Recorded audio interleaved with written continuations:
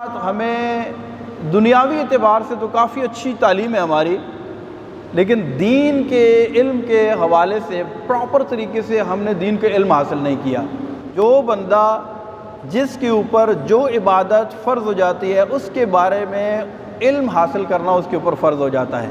جیسے نماز فرض ہوگی تو نماز کے متعلق مکمل علم حاصل کرنا، حج فرض ہو گیا تو حج کے متعلق مکمل علم حاصل کرنا، زکوٰۃ فرض ہوگی تو زکوٰۃ کے متعلق مکمل علم حاصل کرنا، جو اس کے پیش نظر یا اس کی ضروریات سے تعلق رکھتا ہے۔ تو یہ ضروری ہے۔ اسی کے بارے میں ارشاد فرمایا کہ طلب العلم فریضۃ لکل مسلم و مسلمہ، علم کا حاصل کرنا ہر مسلمان مرد اور عورت پر فرض ہے۔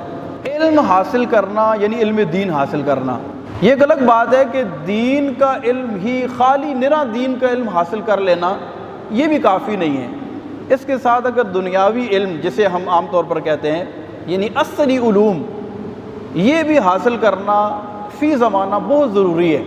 یعنی آپ اسکول کالجز میں پڑھتے ہیں، یونیورسٹی میں پڑھتے ہیں تو وہ بھی ایک ضروری چیز ہے، لیکن ساتھ میں دین کا علم بھی ضرور حاصل کریں۔ اور ذہن نصیب کہ اگر ایسا ہو جائے کہ ہم عالم دین بھی ہوں اور ہمارے پاس ایک اچھی دنیاوی تعلیم بھی ہو، تو پھر ہم معاشرے کے اندر بڑے ہی احسن طریقے سے دین کا کام کر سکتے ہیں۔